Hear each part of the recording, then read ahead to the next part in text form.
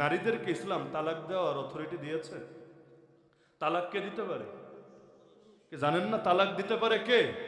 পুরুষ। নারী কিন্তু কখনোই তালাক দিতে পারে না, কখনো না।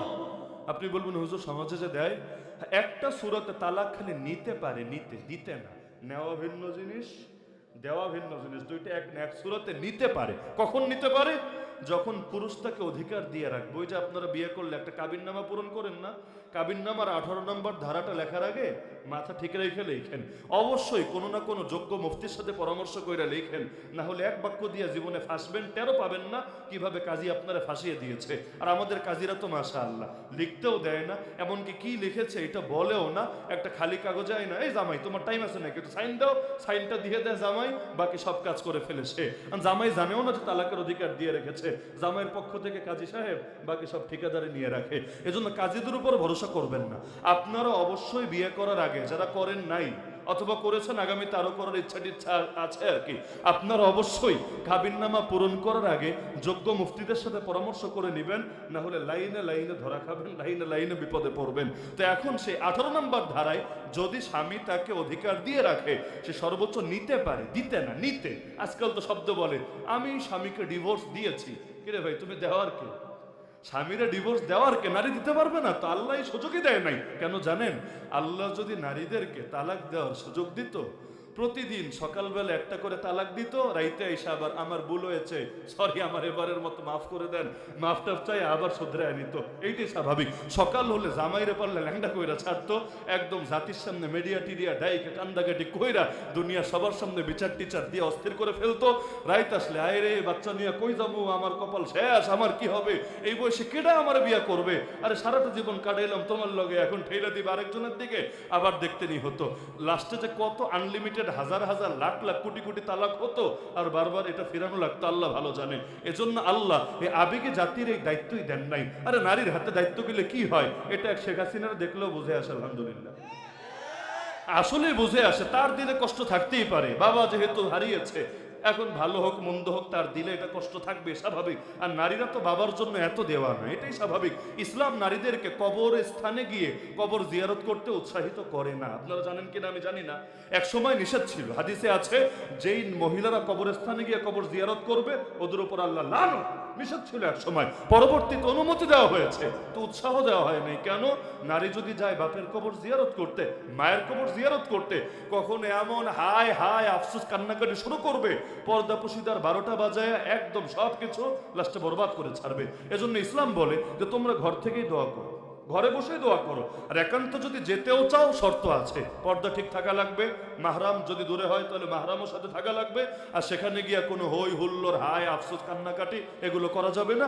জাস্ট যাবা, ভদ্রভাবে সুন্দর জিয়ারত করে আবার চলে আসবা। তো এখন তার বাবা যে কোনো কারণে নিহত হয়েছে, এখন এইটার ক্ষোভে যদি পুরো দেশটারই তুইলা দেয় আরেক বেড়ার হাতে, এমনকি এর জন্য যদি এই দেশের মানুষরা মানুষ না মনে করে যেমনি ইচ্ছা আচরণ করতে থাকে, এখান থেকেই ভালো মতো বুঝে আসে ইসলাম কেন এত বড় দায়িত্ব দেয় নাই নারীদের হাতে।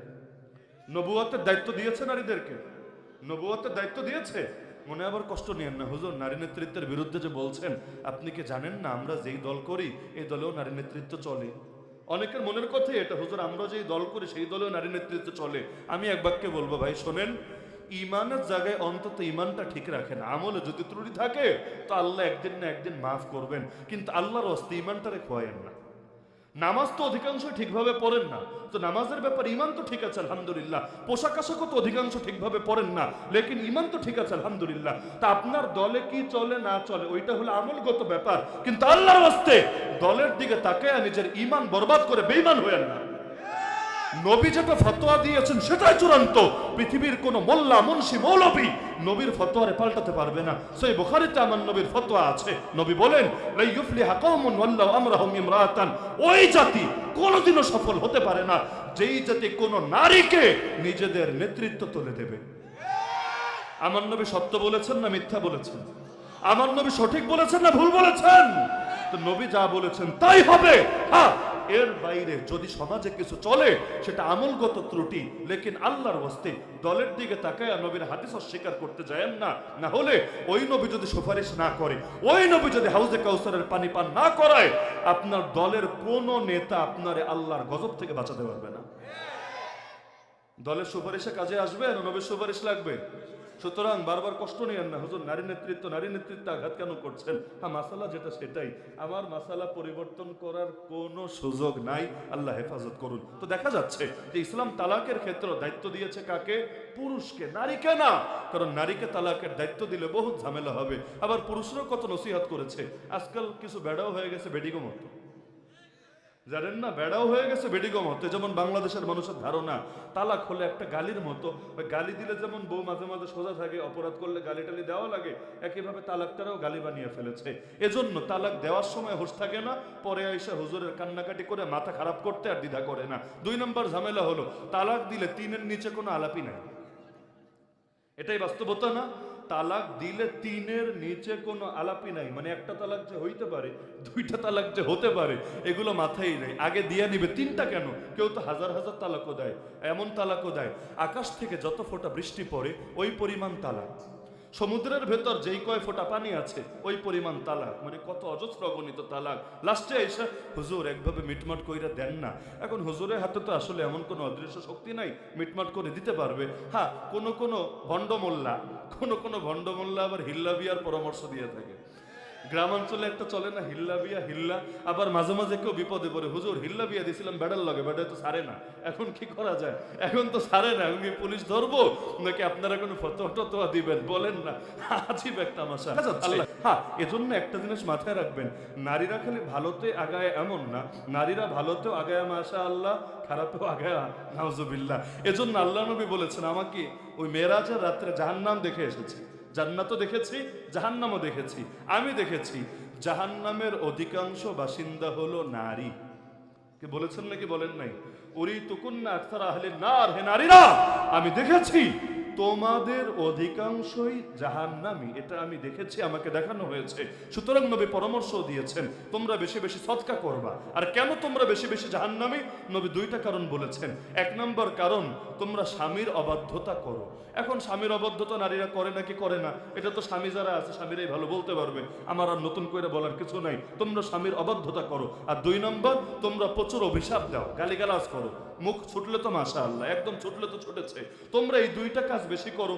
এজন্য নবী বললেন আমাকে দেখানো হয়েছে জাহান্নামীদের মধ্যে তোমরাই সংখ্যায় বেশি, এজন্য তোমরা দান সদকাও করবা বেশি। এটা দেখে অনেকে আবার মনে করে হ্যাঁ, নারী মনে হয় জাহান্নামে বেশি, পুরুষ মনে হয় জান্নাতে বেশি, লেকিন এটা অবশ্য সহি না। আবু হুরায়রা রাদিয়াল্লাহু আনহুকে জিজ্ঞেস করা হলো, হুজুর বলেন তো জান্নাতে পুরুষ বেশি না নারী বেশি? প্রশ্ন করা হলো জান্নাতে পুরুষ বেশি না নারী বেশি? তিনি বললেন, আমি তোমাকে নবীর একটা হাদিস শুনাই, বাকিটা তুমি বুঝে নাও। আচ্ছা, কি হাদিস শোনান দেখি। তিনি বললেন, প্রতিটা ব্যক্তি যখন জান্নাতে প্রবেশ করবে, প্রবেশ করার সময় তাদের প্রত্যেকের সঙ্গে 2টা করে বউ থাকবে। বউ কয়টা? রায়পুরা সবাই তো 2 বিয়া করেছেন মাশাআল্লাহ, নাকি? 2 বিয়া করলে খবর আছে। এমনকি হুজুররা 2 বিয়া নিয়ে যদি ওয়াজ করে, ওই হুজুরের এলাকায় দ্বিতীয়বার আবার আসা তৌফিক হবে, নারীরা ঘরে ঘরে আন্দোলন গড়ে তুলবে। খবরদার, এই হুজুর যাতে দ্বিতীয়বার এলাকায় পা ফেলতে না পারে, এমনকি এই হুজুরের জন্য কোনো খাবার দাবারও যাতে রান্না না হয় আমাদের এলাকার ভেতরে। এই জামানায় তো নারীরা স্বামীর ব্যাপারে সবকিছু মানতে রাজি আছে, তাহলে 2 বিয়া মানতে রাজি নাই, এটাই হলো বাস্তবতা। তো এখন বিয়া তো সবাই 2টা করে নাই, তাহলে জান্নাতে যাওয়ার সময় 2টা করে নারী কোত্থেকে আসবে? কেউ বলতে পারে এটা জান্নাতের হুর হবে। না রে ভাই, জান্নাতের হুর তো জান্নাতে ঢোকার পরে না হবে, ঢোকার আগে কেমনে হয়? নবী তো বলেছেন ঢোকার সময় 2 জন করে থাকবে, 2 জন। তার মানে যে একজন বিয়ে করেছে সেই একজন তো আছেই। পৃথিবীতে এমনিও নারীদের সংখ্যা বেশি, বহুত নারী এমন আছে যার হয়তো বিয়েই হয় নাই, অথবা বিয়ে হয়েছে স্বামী জান্নাতি হতে পারে নাই, স্বামী ভণ্ডামি করে জাহান্নামী হয়ে গিয়েছে। এখন আল্লাহ তো আর তাকে সঙ্গীহীন রাখবেন না, আল্লাহ তাআলা তাদেরকে কোনো পুরুষের সাথে মিলাই দিবেন। এজন্য পুরুষ ঢুকবে 1 জন, সঙ্গে তার 2 পাশে বউ থাকবে 2 জন। তো নারী ভালোর লাইনও আগায়া মাশাআল্লাহ। এই হাদিস দিয়ে আবু হুরায়রা কি বুঝালেন? যে জান্নাতেও নারীদের সংখ্যা কম না, নারীদের সংখ্যা বেশি। এখন বলবেন 2 জায়গায় বেশি হয় কেমনে? ওই যে বললাম নারীদের সংখ্যাটাই আসলে বেশি। বাংলাদেশে পুরুষ বেশি না নারী বেশি? এজন্য কিন্তু ইসলামী দলগুলো ভোটের ক্ষেত্রে বেশিরভাগ পিছায় থাকে। বড় একটা কারণ এটা, কারণ তারা অনেক দিক থেকে পুরুষদেরকে বয়ান টয়ান করে আগাতে পারলেও নারীদের পর্যন্ত পৌঁছতেও পারে না, নারীদের দৃষ্টি আকর্ষণ করতে পারে না, নারীদের ভেতর দাওয়াতি মেহনত করতে পারে না। আর গণতান্ত্রিক রাজনীতিতে সব ভোটের দামই সমান। শাইখুল হাদিসের ভোটও যা, আর গাঁজাখোরের ভোটও তা, নারীর ভোটও যা, পুরুষের ভোটও তা। তো যেহেতু বড় একটা জনগোষ্ঠীর সাথে তারা এঙ্গেজই হতে পারে না, যার কারণে তাদের ভোটটাও তারা পায় না, এটাই বাস্তবতা। তো নারীদের সংখ্যাও বেশি, ভালোর লাইনেও বেশি, খারাপের লাইনেও বেশি। আল্লাহ ভালোর লাইনে আমাদের নারীদেরকে এগিয়ে যাওয়ার তৌফিক দান করুন।